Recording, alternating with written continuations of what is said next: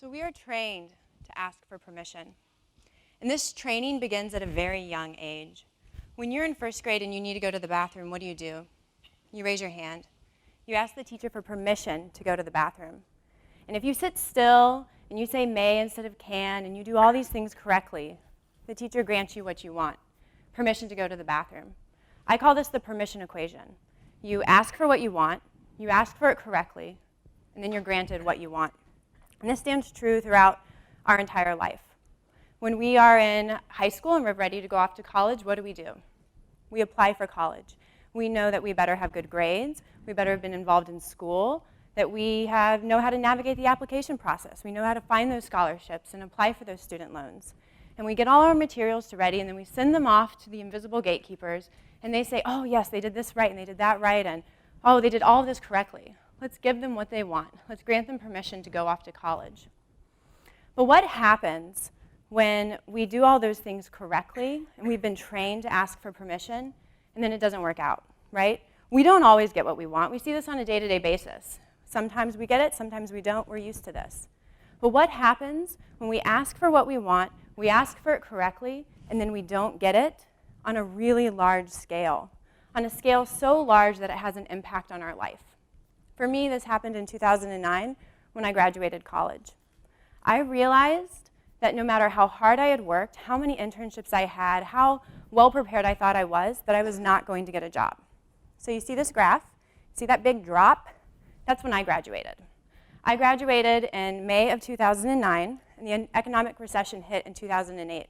I was the first graduating class coming into this new economy, an economy that was 8.8 million jobs smaller than it used to be. So I spent my time doing unpaid internship after unpaid internship after unpaid internship after unpaid internship 5 times, 5 unpaid internships.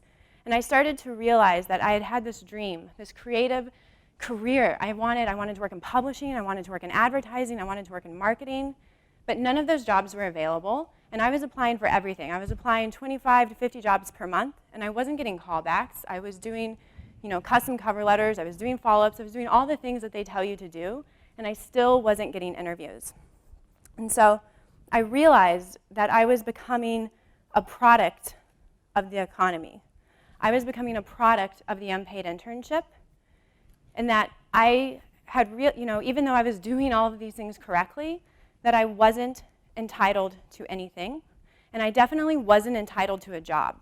So I had this fancy pants degree, I went to the U of M, I had this wonderful English degree, and I wasn't entitled to a job, and that's what I had been told my whole life. So what do? You have to start to rethink the way your brain works. After you go through 5 unpaid internships, and you're offered 2 full-time job positions with a salary of 0, you heard that right, I was offered 2 full-time jobs on no salary.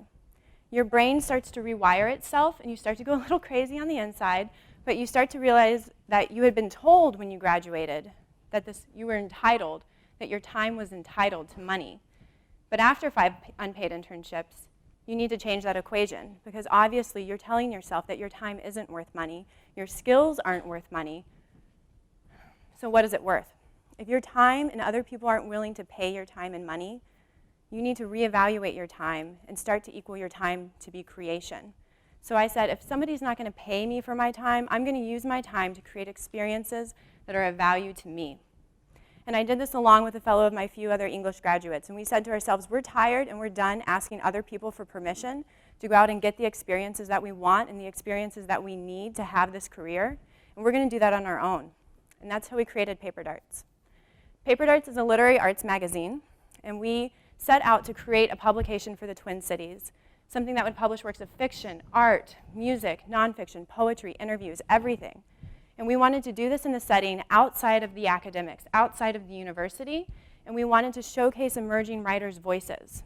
And we wanted to do so in a way that wasn't stuffy or taking itself over seriously. And while the idea of Paper Darts seems really great and seems like this dream job to work for a magazine, the process of turning that idea into a real organization is a lot harder than maybe it seemed at first. And so we kind of realized we're going to have to do a little bit of this to make that happen. And one of the first hurdles that we hit was when we said, okay, we got this great idea, we're going to do Paper Darts, but if it's an online and print magazine, we're going to need a website.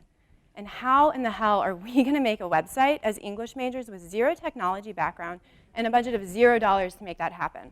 So here's what we did. We got together, we sat in a coffee shop, and we Googled how to build a website. The search results came up, and we said, clicked on this article. Ooh, eHow tells us to do this and this. And we started to read these articles and tweak and learn, and pretty soon we had a website. A website made by English majors. And so another thing that we also realized we needed to do was just as we were going to have this website, we also needed to have a print product. How are we going to make a print product if we don't know how to professionally print magazines, but we also have, back again, a budget of $0? Well, we have printers in our living rooms. Let's use that. So that's what we did. We got our printers, we started printing, and we printed 500 magazines from our home printers. And then we had to put all that paper together, and how in the hell are we going to put all this paper together? Well, we have a sewing machine, so let's sew all that paper together. And that's how we made our first 500 issues of Paper Darts. Similarly, we needed to start to build online communities, so we set up Twitter and Facebook accounts. We had no experience in managing social media from a professional scale, so we started reading Mashable articles. We started reading books. We taught ourselves best practices, and we grew our online community. And that's where we Googled, sewed, and tweeted our way to legitimacy.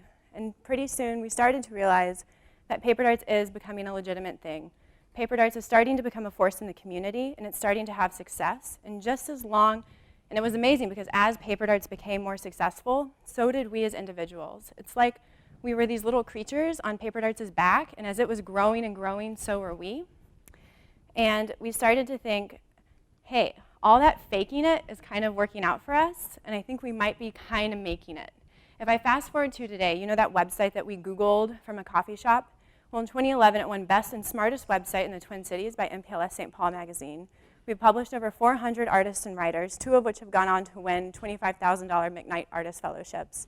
We're no longer printing from our living rooms, but we know how to professionally print now. We've done that for 3 print products. We printed 1 book, and we're working on our 5th issue. So we kind of had this mentality, right? Get scrappy, get smart, and work really hard. And if you do these things, success is going to happen. And not only did that mentality work for Paper Darts, but it also worked for helping us launch other initiatives, one of those being Pollen. So Pollen is a community newsletter, and it was founded by Lars Leafblad, and it sets out to connect inspiring people with other inspiring people. And Paper Darts loved what Pollen was doing, and we saw an opportunity for us to get involved with Pollen and not only learn some new tangible skills, but to figure out how to give back to the Pollen community. And so we approached Lars with a partnership, and then we hit the ground running.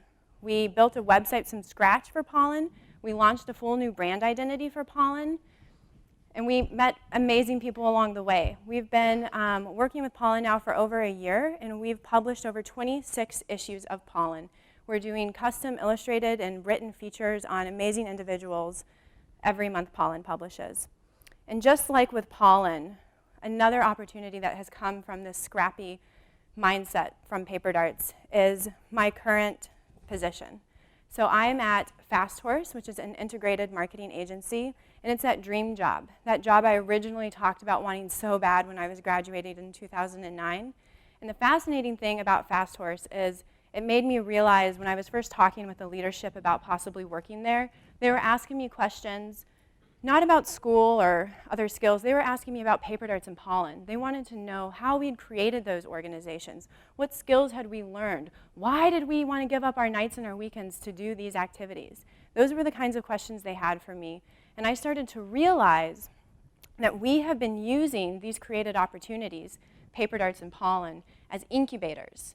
We were creating these incubators to sculpt our dream job. We were no longer asking other people for permission to get the experiences and skills that we needed, but we were taking that initiative upon ourselves. And when you stop asking other people for that experience, you become your own gatekeeper. And when you're your own gatekeeper, there is no person or company out there that can tell you what you can or can't do, what experiences you can or can't get.